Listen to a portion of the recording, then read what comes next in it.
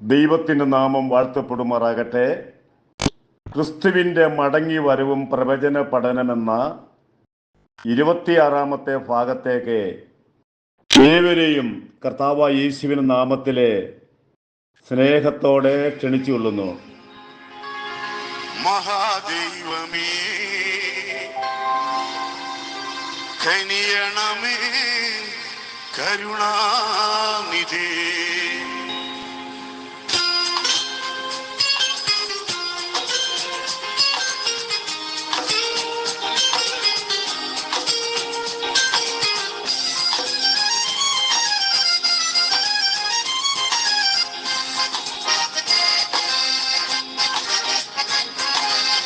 മനസ്സലിവിൻ മഹാദൈവമേ കനിയണമേ, കരുണാനിധി.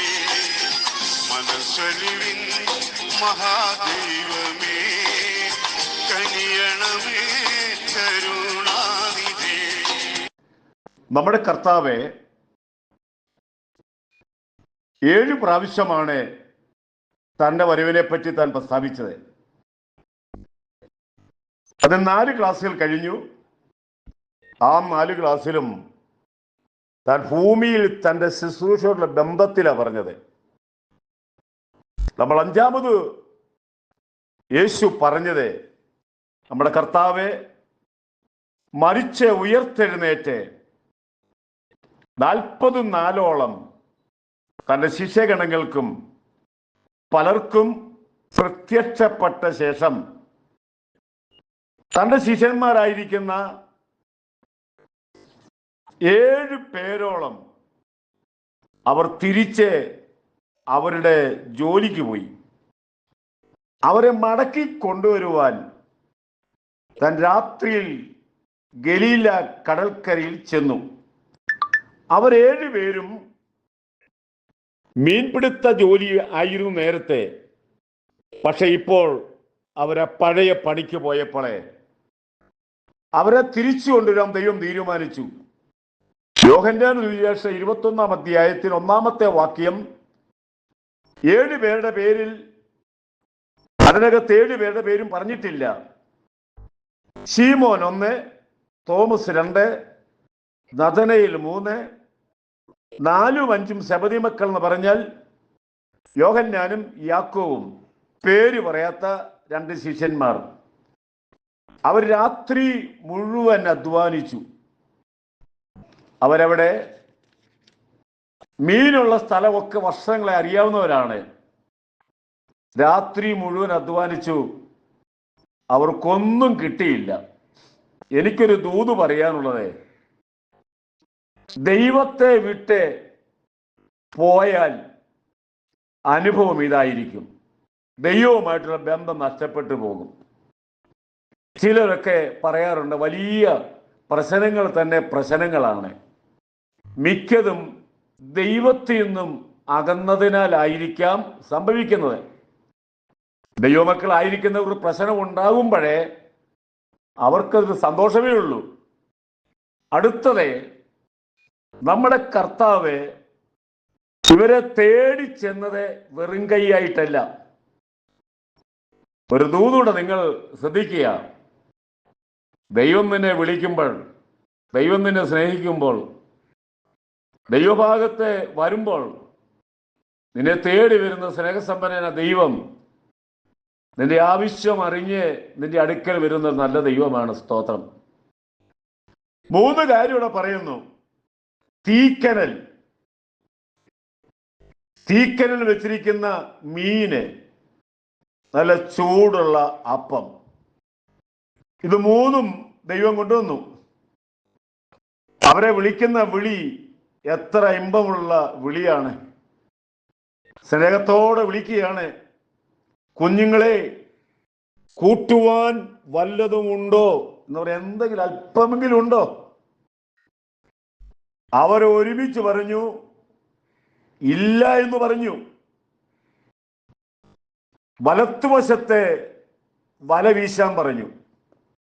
വല വീശിക്കഴിഞ്ഞ് മീൻ്റെ പെരുപ്പം ഹേതുവായി യോഹന്നാൻ ആയിരിക്കാം യേശു സ്നേഹിച്ച ശിഷ്യൻ, അങ്ങനെയാണ് അദ്ദേഹത്തെ അറിയപ്പെടുന്നത്. നമ്മുടെ ഗുരുവായിരിക്കാം എന്ന് പറഞ്ഞപ്പോൾ നമ്മുടെ പത്രോസ് തൻ്റെ അരയിലെ വസ്ത്രം തലയിൽ കെട്ടി നഗ്നനായിട്ടാണ് മീൻ പിടിച്ചുകൊണ്ടിരുന്നത്. യേശു വന്നറിഞ്ഞ ഉടനെ തലയിൽ ചുറ്റിയ വസ്ത്രം അരയിൽ ചുറ്റി കടലിൽ ചാടി. അവരെ കരയ്ക്ക് വന്നു. നല്ല തണുപ്പുണ്ട്, നല്ല ക്ഷീണമുണ്ട്, നല്ല വിശപ്പുണ്ട്. തണുപ്പിന് വേണ്ടി നല്ല തീക്കലിന്റെ ചുറ്റും അവരെ ഇരുത്തി. അവർക്ക് ആഹാരം ആവശ്യം പോലെ ചൂടുള്ള ആഹാരം കൊടുത്തു. അടുത്തതായിട്ട് നമ്മുടെ പത്രോസിനോട് ചോദിക്കുകയാണ്, ശീമോനെ, ഇവരിലധികമായി എന്നെ സ്നേഹിക്കുന്നുവോ? മത്തായി 16-ാം അധ്യായത്തിന് 18-ാമത്തെ വാക്യത്തിൽ നീ ഇനി പത്രോസ് ആകുമെന്ന് പേരു മാറ്റി, എന്നാൽ ഇപ്പോൾ വിളിക്കുന്നത് ശിമോനെ എന്നാണ്. ദൈവകൃപ വിട്ടുപോയപ്പോൾ പേരും മാറി പഴയ പേരാണ് അവനെ വിളിച്ചത്. അവനോട് ചോദിക്കും, ശിമോനെ, നീ ഇവരിൽ അധികമായി എന്നെ സ്നേഹിക്കുന്നുവോ? ശിമോന് മറുപടി, ഉവ്വേ, എന്റെ കുഞ്ഞാടുകളെ പാലിക്കാം. രണ്ടാമത് യേശു ചോദിച്ചു, ഇവരധികമായി എന്നെ സ്നേഹിക്കുന്നുവോ? മൂന്നാമത് ചോദിച്ചപ്പോൾ പത്രോസിന് മനസ്സിലായി, കർത്താവേ, നീ സകലതും അറിയുന്നു. ദൈവം അവന്റെ സ്വഭാവം അറിഞ്ഞ്, അവന്റെ മനസ്സിന്റെ വിഷമങ്ങൾ അറിഞ്ഞ്, അവന് ഭയങ്കര ഭയമുള്ളവനാണ്. അവനോട് പറഞ്ഞു, നീ വയസ്സനായ ശേഷമേ മരിക്കുകയുള്ളൂ. ഇതിനകത്തൊരു പ്രധാനമായ കാര്യം കൂടെ ഉണ്ട്. കൈസരിയിൽ വെച്ച്, ഫിലിപ്പിന്റെ കൈസരിയിൽ വെച്ച് നമ്മുടെ കർത്താവ് അവന്റെ പേരു മാറ്റി. അവന്റെ കയ്യിൽ ദൈവം സ്വർഗത്തിന് താക്കോൽ അവന്റെ കയ്യിലാണ് കൊടുത്തിരുന്നത്. പെട്ടെന്നൊന്നും ദൈവം പിടിച്ചു മേടിക്കാൻ പോയില്ല. കാരണം ഇവനെ കൊണ്ട് വൻ കാര്യങ്ങൾ സാധിക്കുമെന്ന് നമ്മുടെ ദൈവത്തിനെ അറിയാം. 21-ാം അധ്യായത്തിൽ യോഹന്നാൻ 22-ാമത്തെ വാക്യത്തിൽ അവിടെ താൻ പറയുന്നു, ഞാൻ വരുവോളം അവിടെ പ്രസ്താവിച്ചിരിക്കുന്നത്. നമ്മുടെ കർത്താവായ യേശു ഉയർത്തെഴുന്നേറ്റ് 40 നാളോളം ശിഷ്യന്മാർക്ക് പ്രത്യക്ഷപ്പെടുമ്പോൾ 5-ാമത് പുനരുദ്ധാനത്തിന് ശേഷം പറയുന്നതാണ്, 5-ാമത്തെ കാര്യമാണ്, ഞാൻ വരുവോളം. എന്നെ കേൾക്കുന്ന പ്രിയപ്പെട്ടവരെ, ഈ കൊച്ചു സന്ദേശം നിങ്ങൾക്ക് ആശ്വാസമാകട്ടെ. ജീവിതത്തിലെ പ്രതീക്ഷ നഷ്ടപ്പെട്ടു പോയവർക്ക് പ്രതീക്ഷ ദൈവം പകരട്ടെ. നമ്മുടെ കർത്താവ് വരാറായി. ഞാൻ എപ്പോഴും പറയുന്നൊരു കാര്യമാണ്, ഭാരതം ഒരു വലിയ ഉണർവിന് വേണ്ടി കാത്തിരിക്കുന്നു. ഭാരതത്തെ ദൈവം വലിയ ശക്തിയോടുകൂടി ഒരു ഉണർവുണ്ടാകാൻ പോകുന്നു. നിങ്ങളും ആ പ്രാർത്ഥനയിൽ ഒരംഗമാകുക. എന്ത്? ഭാരതത്തിന് ഉണർവിന് വേണ്ടി നിങ്ങളും പ്രാർത്ഥിക്കുന്ന ഒരു വ്യക്തിയാകുക.